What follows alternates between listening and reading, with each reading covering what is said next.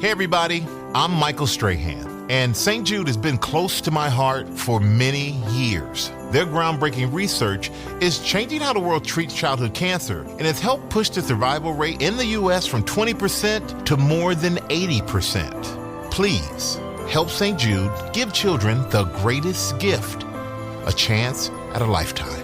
This holiday, help St. Jude find more cures for more children. Donate now at musicgives.org. 99X and the Morning X. It's Barnes and Leslie along with Crash Clark. There's a very important food topic that we must get into, and somebody who's really deep into it. And you know what I'm talking about? Wings. Yep. Wings. Man, people will go to their deathbed fighting about who has the best wings. Well, guess what? We're about to settle it, and there's going to be controversy probably when someone's wing isn't named, whatever. But please welcome Sam Reid to the show. Hey, Sam. Hey, thank you guys so much for having me. Absolutely. How did you get deemed the wing expert where you're doing shows about it? Well, I actually stumbled kind of backwards into this by passing a billboard for a restaurant in the middle of nowhere that claimed to have the best wings in America.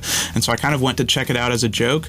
And fast forward 2 years, ended up trying what are allegedly the best wings in all 50 states. So I could kind of compare apples to apples and rank them 1 to 50. Where was that, where you drove past the billboard? What started it all? It was pretty close to where I live in Central Virginia. Okay, and so you went there, and did they have great wings? No, very average wings at best, I would say. Marketing's a lot of lies. You know, we know that. Well, so you weren't winging it. We got that. But I have to say, because my husband always looks for the best wings, we live in Nashville. What is the criteria for you? Is it the sauce? Like, what makes a great wing? So this actually is debatable. I think people have different preferences when it comes to what makes a good wing for them. I just try to use a consistent set of criteria across all the restaurants. So I judge them on 5 categories, which are kind of appearance and first impression. Those are the non-taste qualities. And then I did texture and tenderness. And for that, I'm looking for like a good crunch and a tender interior. I'm doing sauce flavor. I'm doing meatiness and size, which is kind of debatable. Some people like smaller wings. And then the last one is just my overall experience of the wing. I love how serious that you talk about it. This is fantastic. I need a boneless wing, by the way. I ain't trying to mess with the messiness. I just want to go right in and get it done. And I've learned that in and of itself, that could be an offensive take to some wing aficionados. I know. I just don't like the messy, high-maintenance food. Don't even consider that on my menu. Knife and fork with a wing, you're out of my house. So you went to like 87 restaurants. How did you choose the restaurants? Because obviously there's chains, there's mom and pops, and here in Atlanta, we have a strip club called Magic City that claims to have the best lemon pepper. Yeah, absolutely. So in general, I try to consider audience suggestions where I got people who are watching the series to chime in and suggest where I should go when I got to their state. And then I'd kind of fact check that with some lists that were available online, public reviews. So a lot of times I'd get suggested a restaurant that ended up being like a national chain or a regional chain. And it's like, that's probably not super representative of that particular state. So you mentioned Magic City. I especially have kind of a more family-friendly audience, and so I did get a few suggestions for Magic City, but I'm like, I don't know if I want to be, just encouraging these 10-year-olds watching the show to go check out Magic City Wings. Later. They can get onto it later. Okay, so you've put it together. You've gone through all the states. Count them down for us from 5 to 1. Hit us. And I want to give us a little anecdote about each one, whatever. Starting at 5, where are we? Absolutely. So number 5 was Connecticut with a place called the J. Timothy's Tavern. This is a super historic place. They cook their wings dirt style, which means they fry them, they sauce them, and then they fry them again and sauce them again. So that was kind of a unique texture there I really enjoyed. Number 4 is California, which I will say LA had some very disappointing wings, but in San Diego, there's a place called Dirty Birds, and their cooking method is to bake the wings and then flash fry them at the end, and those came out amazing. But hold on, wouldn't you think that California would have fake wings? They have fake everything else. It's just fitting. Not surprised there. I'm sure that there was no shortage of like tofu wings or whatever substitute they've got going on over there. My number 3 was kind of a sleeper pick. This was a food truck in Wyoming called Weitzel's Wings. They go by Double Dubs, and they have actually won the National Buffalo Wing Festival as the fan favorite in Buffalo for the last 4 years straight. And so they have some incredible wings. They're a little bit on the smaller side, but if you can track down one of their food trucks, huge recommendation on my end.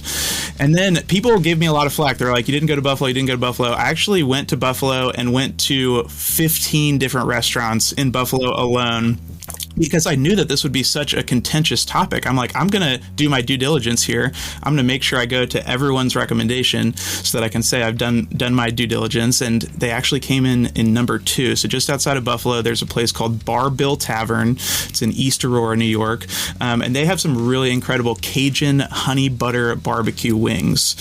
So their Buffalo like classic sauce was like fine for me, but this Cajun honey butter barbecue was just incredible. What's the myth in Buffalo? What's the one that they say where it was, I guess, first coined, like wings first happened? I went there and I was like, I'm just not that impressed.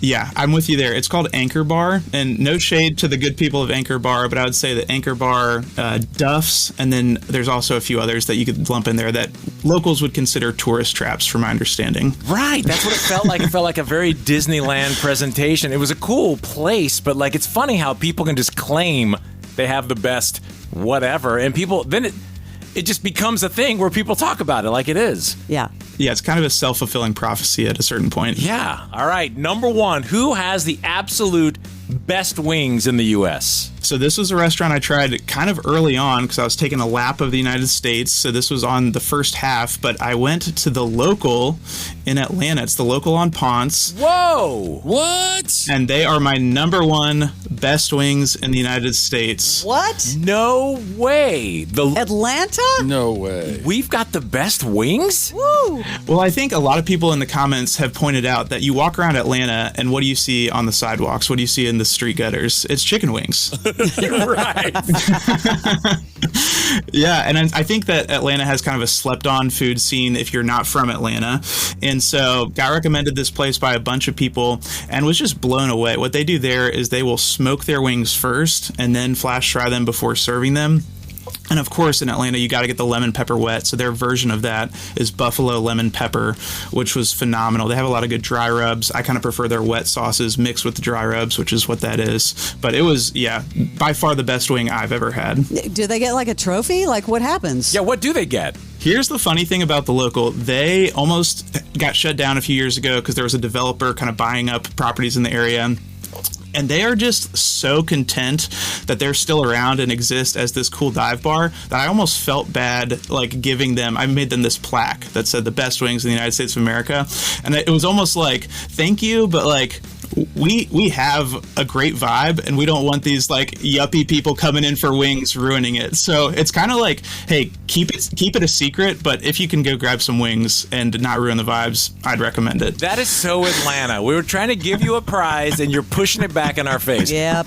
Don't worry, dude. It's like that with a bunch of different industries here. So now, though, based on what Crash said, now you've got a little war with Magic City and the local, and I'm sure a lot of people have opinion, but where can people come and watch your content? And is it only wing content or other foods as well? I would classify my show on YouTube as all things food and travel and the questions you didn't know you had. And so part of that was traveling to all 50 states for the wings, but I also do a lot of fun fast food related content, like exploring different combination restaurants. There's actually a Dunkin', Jimmy John's, Baskin Robbins combo in Georgia that I'm trying to hit up soon. Of course there is. But it's Sam Reid on YouTube, SAMREID. Awesome. Thank you very much. It's the search, the quest for the best wings. Check out, it's got some great food content. Sam Reid on YouTube. This is The Morning X, and this is 99X. The Morning X with Barnes and Leslie. Yum, yum. 99X.